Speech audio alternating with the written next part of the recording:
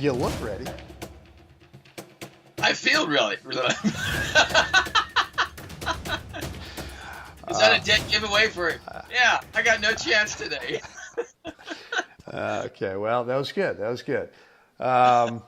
Jeffrey, what's going on up there today in Napa Valley, California? It's a nice little morning, although I think the next storm front is on its way. Man, what a winter up there in Northern California. Because I was thinking, it'd be great to have a little more rain. Yeah, well, I guess the reservoirs are getting filled up. It should be. Yeah. Listen, I'm not complaining. Yeah. I live in the Napa Valley. I know. Yeah. Enough said. It's going to be a hay fever sufferer's delight come the month of May. Oh, yeah.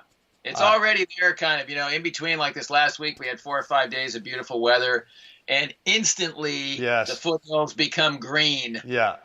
It's like, bang, it's there. And flowers, I'm looking out, my window here, and I can see the peach tree has got the pink blossoms there.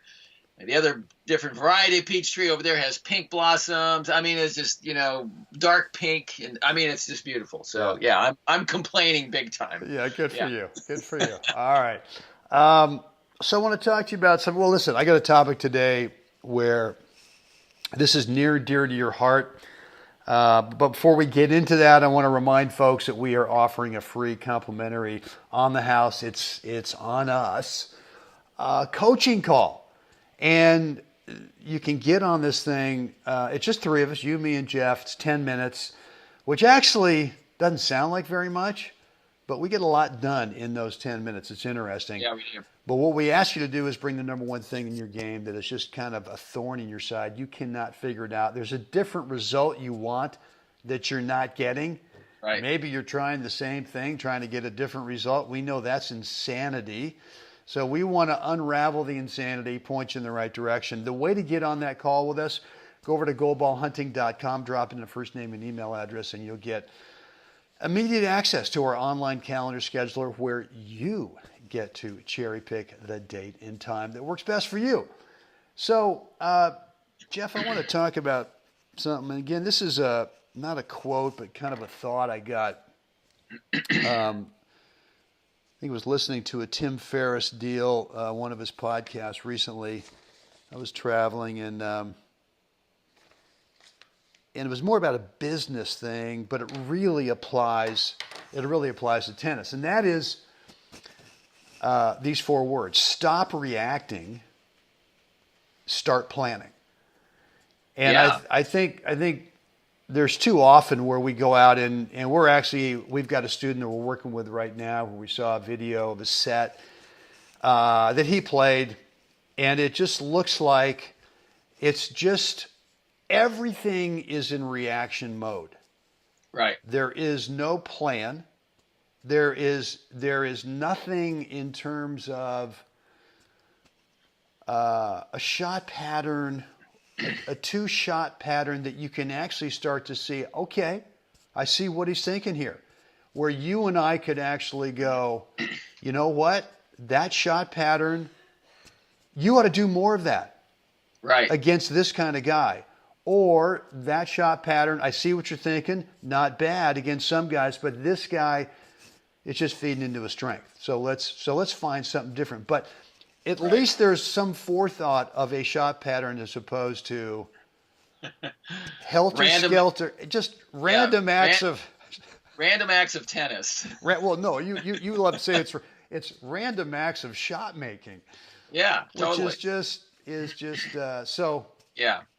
Have at it there, dude. Holy smokies. That's a big piece of pie there, buddy. Stop reacting, start planning. That's great. That's great. I love Tim Ferriss too. Anybody listening to, get on Tim Ferriss, start listening. There's great stuff that applies to everything. Two R's and 2 S's, as in Ferriss. Yeah, great stuff. I think that having watched and still seeing it, league tennis and at the national level as well, I'd say the bulk of league tennis, especially in the 3-5 and 4-0, the bulk of it is played randomly. That's just my opinion. People may disagree with me, but it's just my experience watching it. I've watched a lot of it, so I'm happy to argue with this with anybody. But and then in the national level too, at the gold ball events, Cat 1 and Cat 2 events, there's there's a lot of it going on there where Absolutely. Where maybe the guy has a style of play and that style isn't working out because of who they're playing, and there is no plan B. And so then it just becomes random acts of picking and choosing and just like, the shotgun approach. Let's just try everything and see what sticks, if anything. And some of it's not limited to just shot making. It's also court positioning. It's like randomly all of a sudden going. Totally. You're flying in to return that serve. You're just what? Yeah. You thought that was an approachable ball? Right. Yeah, because now it's moved from, I'd say, these things kind of happen in progression depending on how much the person is panicking. As the anxiety level grows and the person, panics, that's when I think, I've seen most of the bull in the china shop kind of deal where now they're just going to start, just throwing stuff over the net and then charging it, and this is how I describe it to my students. I go, okay, so if it's a gal, I say, okay, I'm gonna throw my purse at you. I'm gonna throw a loaded gun at you and hand it to you, and then I'm gonna try and take my purse back. I'm gonna give you everything, right. And now I'm gonna try and take it back because I'm just giving you all the power, right? I'm giving you all the choices. So that's kind of where that comes from. So, but I think the bulk of it though, when the person has exhausted their own resources and not understanding how to use their resources and or just oblivious to the resources they have, the random acts of shot making is born out of just hitting and waiting to see what's going to happen. So now there is no, like you said, there is no court positioning. And I was, as I was watching this, this set last night, charting it, there was just a whole lot of that going on. This hitting of the ball, and then this kind of hovering where they hit the ball from, waiting to see what was going to happen, what they were going to have to react to. And then from that point on, it is just a really steep, accelerated dive to the end of the point.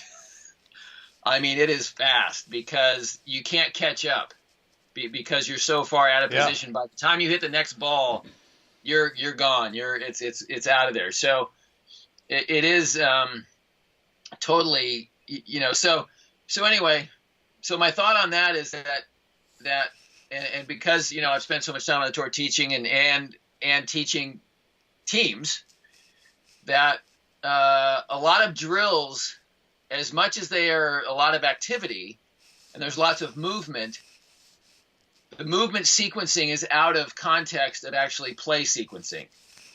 So shots are being hit, we're charging the net, and we're doing this, and we're hitting, and we're finishing, a foot next to the net and hitting these volleys. And the reality is that the person's never going to get closer than the service line. Right. And so the reality between drills in the team clinic and the way the game actually gets played, especially in senior tennis, there's no connection with understanding the shot making process. Why am I hitting a ball there? Where should I go next?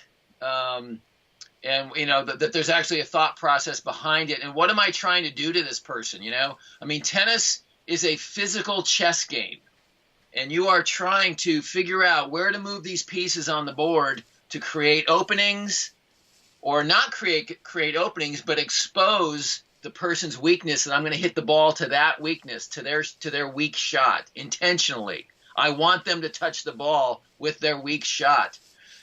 So I think there's too much. Again, this is just my opinion. I think there's too much teaching in clinics that has no relationship to the actual skill set of the level that the clinic is going on, but we can do the drill. Right. Yeah. They can do the drill, but they can't actually execute this plan in the game because the game doesn't happen that way. Right. Yeah. No, I totally So, agree. I totally agree with that. And yeah. I just want players to start thinking that you do need to practice some patterns. Without a doubt. And that you do need to have the confidence that you can actually execute the patterns. And you need to have the confidence that once you practice these things in matches, you can start to identify, whoa, here comes that ball that's the first shot of this pattern that I've been practicing. As opposed to just kind of, well, here comes a tennis ball and it's going to be random. Last time I went over there, this time I'm going to go over here, and there's no rhyme or reason as to what's going on. Players are in complete reaction mode. Right. And so, go ahead. Well, I was just going to say, this is sort of a shameless plug for something that you and I have been working on, which is a playbook. It's a singles playbook for seniors. This is not trying to imitate the guys on the tour. This is for senior players, and the playbook is based on actual things that happen in senior matches and actual plays that you can practice. First of all, you can intellectualize and say, oh, I can see why that would work, how to practice the thing, and then once you've spent enough time practicing it to have the confidence to deploy it in a match and actually be able to recognize how to execute certain, plays is kind of a hypey term, but it's really just sort of shot patterns, so it gets you more into the planning when you're playing points. And some of these patterns and plays are based on your opponent. You see that this guy or this gal doesn't like it when you do this one thing. Well, wait a minute, man. Rather than going, helter-skelter reaction, slow everything down for a second. Be smart enough to realize, wait a minute, they don't like that one thing I do. So why don't I just do a whole lot more of that? Right. And that thing could be that you actually have to hit 2 shots to make that thing happen. It's just not, hey, they've got a weak backhand. Okay, well, so every ball I hit is going over the backhand. Sometimes they know that, and they've been practicing for years to hide that weak backhand, and they start to kind of slightly open up the forehand side, inviting you to go over there, but you're trying to squeeze it into this little backhand thing. Right. It doesn't work out. So you may have to go through the front door. You may have to go through the front door. That's right. So anyway, just again, a shameless plug. That playbook is, you and I were actually chatting this morning before we started the recording. We're doing the editing. It's going to be ready. And we want you guys to strongly consider 7 plays. Right. And these aren't off the tour. We're not going to show you what Rafa does. Nope. So no, this is stuff that actually wins matches and wins matches for guys that haven't won gold balls and wins matches for the guys that are winning the gold balls. So this is the stuff that is, it's tangible, it's doable, and it's available. It's available with the skill set you have, and that's, I think, the really critical part here is that none of these plays require you to have every shot in the book. Or where you've got to have like the Rafa windshield wiper, topper, snapper, full Western grip. Right. None of that. This is going to work.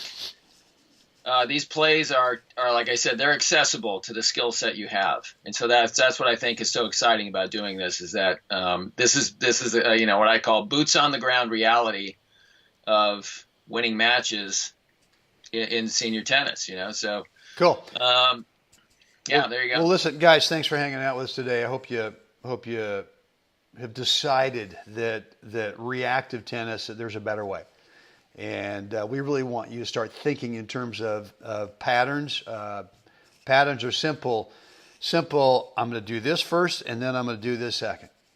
And as opposed to just reacting with your kind of like your head cut off out there. So Again, thanks for hanging out with us today, guys. If there's one thing or one thing in your game right now that is just kind of a thorn in the side that is kind of holding you back, we want to get in a free call with you, private free call, the three of us, you, me, and Jeff, 10-minute call.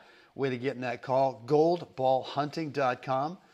Put in a first name and email address, and you'll get access to our online calendar scheduler where you can cherry pick a date and time that works best for you.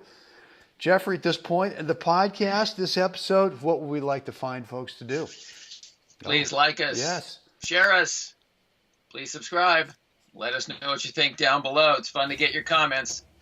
And then after you do those 4 things, get out there today. Help someone else have a spectacular day. And Jeff, I'm hoping that we're going to do this again tomorrow. I'm hoping. I cannot wait.